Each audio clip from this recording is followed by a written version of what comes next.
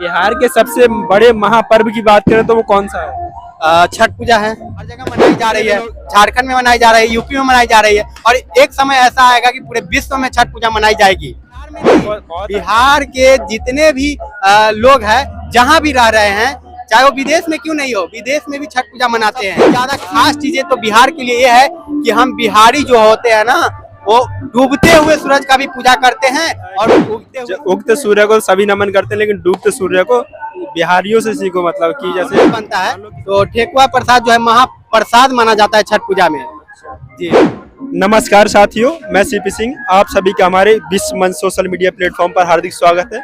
आज मैं बिहार की रामगढ़ विधानसभा में हूँ। यहाँ पर पीछे जो आप ढेर सारी पब्लिक, बहुत सी संख्या में पब्लिक को देख रहे हैं, ये सभी छठ पूजा मनाने के लिए यहाँ दुर्गावती नदी के किनारे पर इतनी सारी संख्या में लोग आए हुए हैं। हमारे मित्र अर्जुन जी, नमस्कार अर्जुन जी, बहुत बहुत स्वागत है आपका कि आप जो है उत्तर प्रदेश की धरती से चलकर बिहार के धरती पर आप आए हैं छठ पूजा दिखाने के लिए। अपने चैनल के माध्यम से उन लोगों को बताना चाह रहे हैं, दिखाना चाह रहे हैं कि बिहार में छठ पूजा किस तरह से मनाई जाती है। हम जानना चाह रहे हैं कि जो छठ पूजा है, इतनी भव्य तरीके से यहाँ पर छठ पूजा मनाई जा रही है, इसकी शुरुआत कब से हुई है? जो इसकी नींव है उसके बारे में क्या बताना चाहेंगे? मान्यता ऐसा है कि प्राचीन काल से जो है छठ पूजा हमारे बिहार में मनाई जाती है और सबसे पहले जो है छठ पूजा प्रभु श्री राम जी और माता सीता जानकी ने छठ पूजा की व्रत जो है रखी थी और जब से जो है छठ पूजा आज तक मनाया जा रहा है। लंका पर विजय पाकर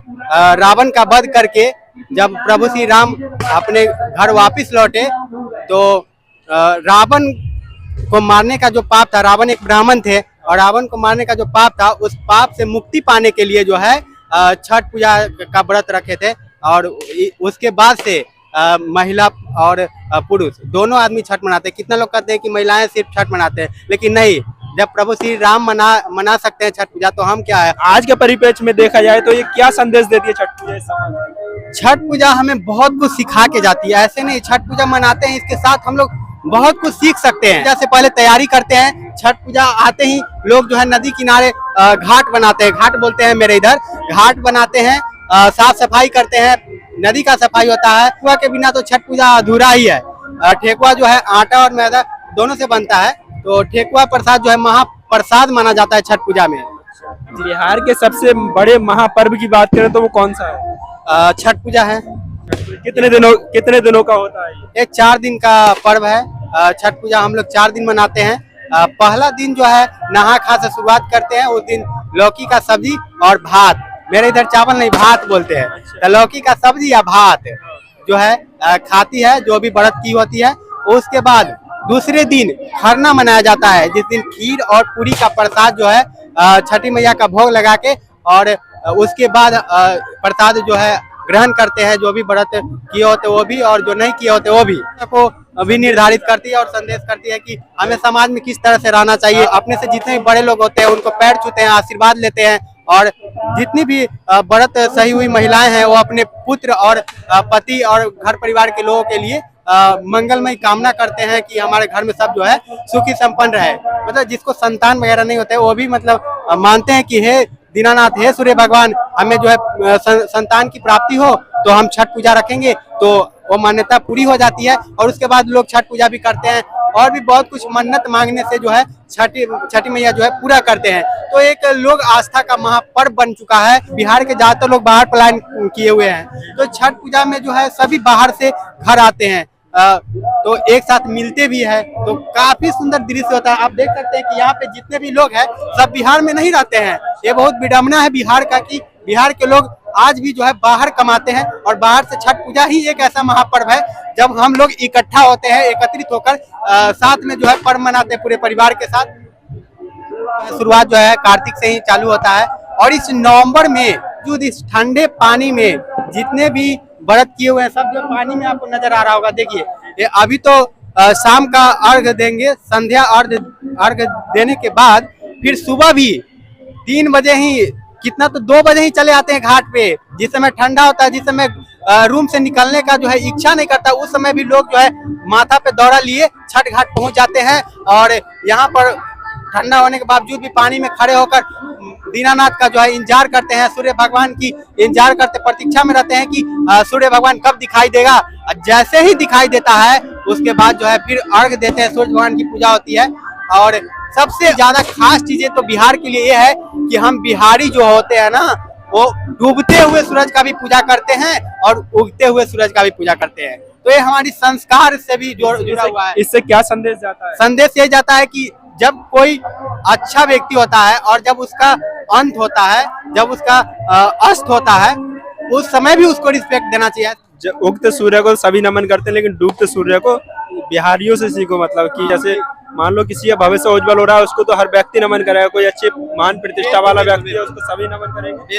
लेकिन जब किसी का अंत हो रहा हो, मतलब कोई बहुत ज्यादा समस्या में हो, इसे ये भी कहा जा सकता है कि कोई बहुत छोटा व्यक्ति हो और जब उसकी बहुत कहने का मतलब लास्ट घड़ी चल रही है, तब भी उसको बिहारी एक सम्मान दे रहा है। मतलब इससे ये भी संदेश जाता है। बिल्कुल, छठ पूजा बहुत कुछ त्यागना भी पड़ता है, त्याग भी है हमारे लिए, एक बहुत कुछ त्यागना पड़ता है। जो मांसाहार करने वाले व्यक्ति हैं, उनको मांस का भी त्याग करना पड़ता है। बहुत कुछ त्याग करना, बहुत एकदम इसमें इतना नियम कानून है, इतना मतलब विधि से पूजा किया जाता है। ऐसा इसीलिए तो कहा जाता है कि महापर्व छठ है, क्योंकि इसमें अगर बच्चे किसी फल को भी जूठा कर दिया ना, तो उस बच्चे को भी डांट पड़ता है, उसको पिटाई भी लगता है मेरे बिहार में कि क्यों छुआ, क्यों खाया, अभी छठ पूजा नहीं हुआ है। हाँ, तो बहुत कुछ जो है देखना पड़ता है।